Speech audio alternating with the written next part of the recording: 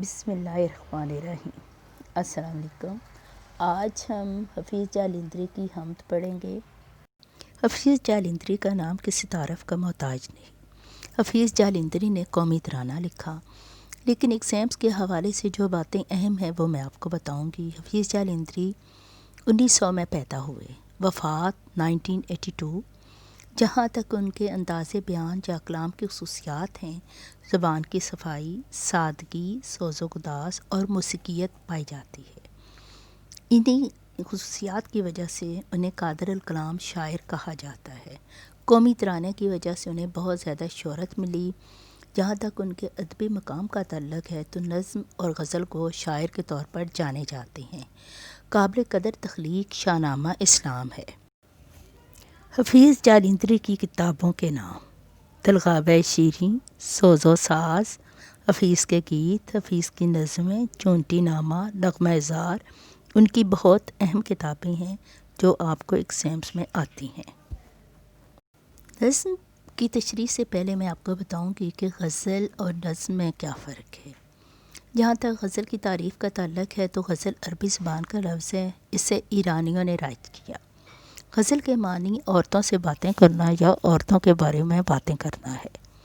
غزل میں حسن و عشق کی کیفیات کا ذکر کیا جاتا ہے، لیکن جیسے جیسے وقت گزرتا گیا تو غزل کے موضوعات میں وسعت پیدا ہوتی گئی۔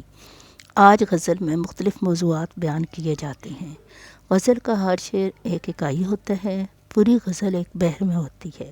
اس کے مطلع کے دونوں مصرعے ہم ردیف اور ہم قافیہ ہوتے ہیں۔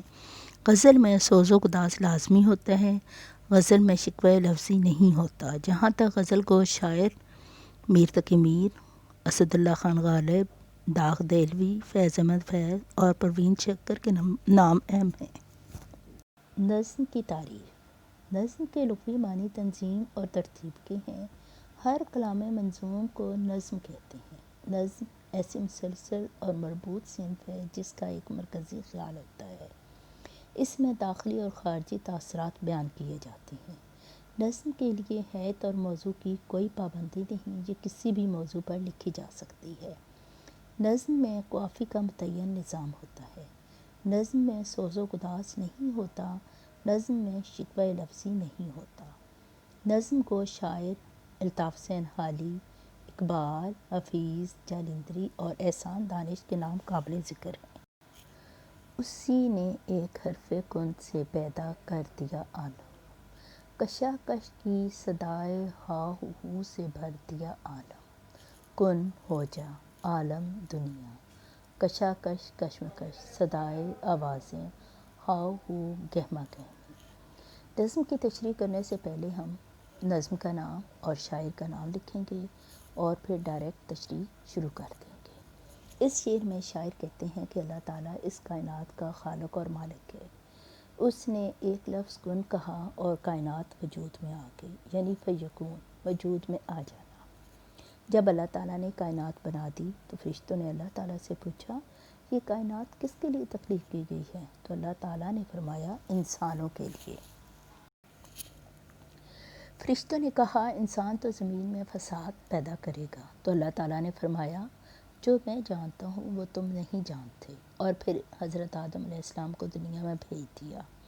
کائنات کو رونق بخشنے کے لیے اللہ تعالیٰ نے بے شمار چیزیں پیدا کیں، بہت سی مخلوقات پیدا کیں، جس میں ہر طرح کی مخلوق شامل ہے۔ انسان، جانور، جن، پرندے، ان سب کی اپنی اپنی بولی ہیں۔ آج جو ہمیں ہر طرف گہما گہمی اور رونق نظر آتی ہے، جو چہل پہل نظر آتی ہے، وہ اللہ تعالیٰ کی تخلیق کرتا ہے۔ انسانوں کو آسانی فراہم کرنے کے لیے اللہ تعالیٰ نے بہت سی نعمتوں سے نوازا۔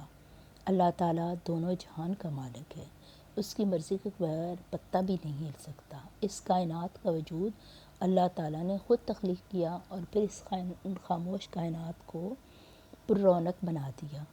سورہ رحمان میں ہے، اور تم اپنے رب کی کون کون سی نعمتوں کو جھٹلاؤ گے۔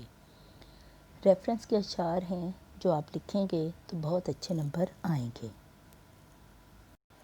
اللہ تعالیٰ نے انسانوں کی آسانی کے لیے ہر چیز بنائی جس سے دنیا میں رونق پیدا ہوئی۔ غرض اللہ تعالیٰ نے دنیا بنانے کے بعد انسانوں کے لیے ضروریات زندگی پیدا کی۔ یہ دنیا جو ایک چٹیل میدان تھا، اب مخلوقات کے رہنے کے قابل ہو گیا۔ اب ہر طرف مخلوق کی دلچسپی کے لیے چیزیں وجود میں آ گئیں۔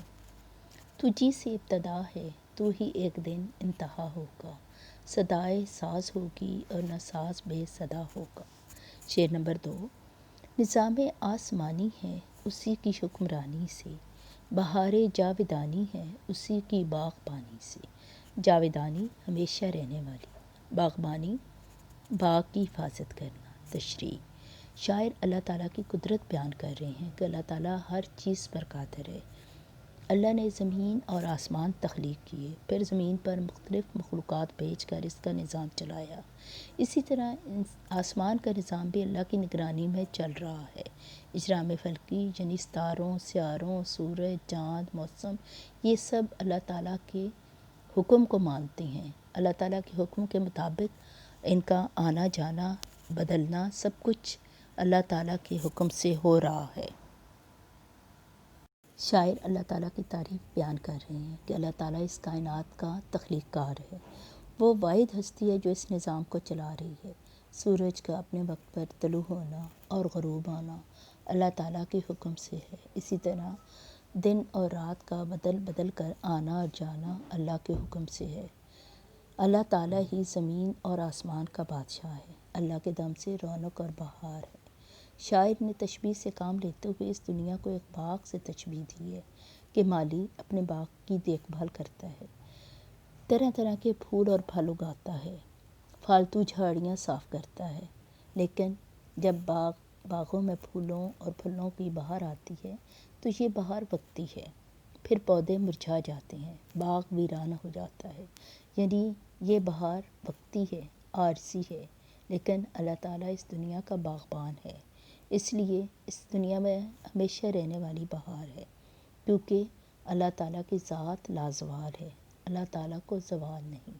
تمام چیزیں فنا ہو جائیں گی لیکن اللہ تعالیٰ کی ذات ہمیشہ کے لیے رہے گی۔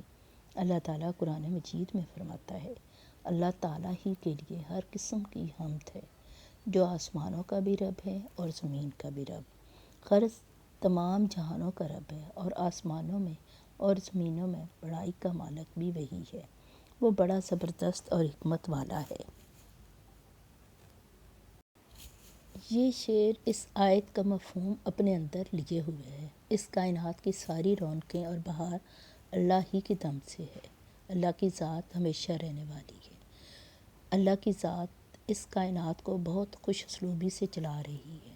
قسم خدا کی غضب کے بلا کے جلوے ہیں، یہ سارے جلوے ہیں کس کے؟ خدا کے جلوے ہیں۔ کوئی تو ہے جو نظام ہستی چلا رہا ہے، وہی خدا ہے۔ تیرے دست قدرت میں دونوں جہان ہیں، نگیں ہے زمیں نگوں آسماں ہے۔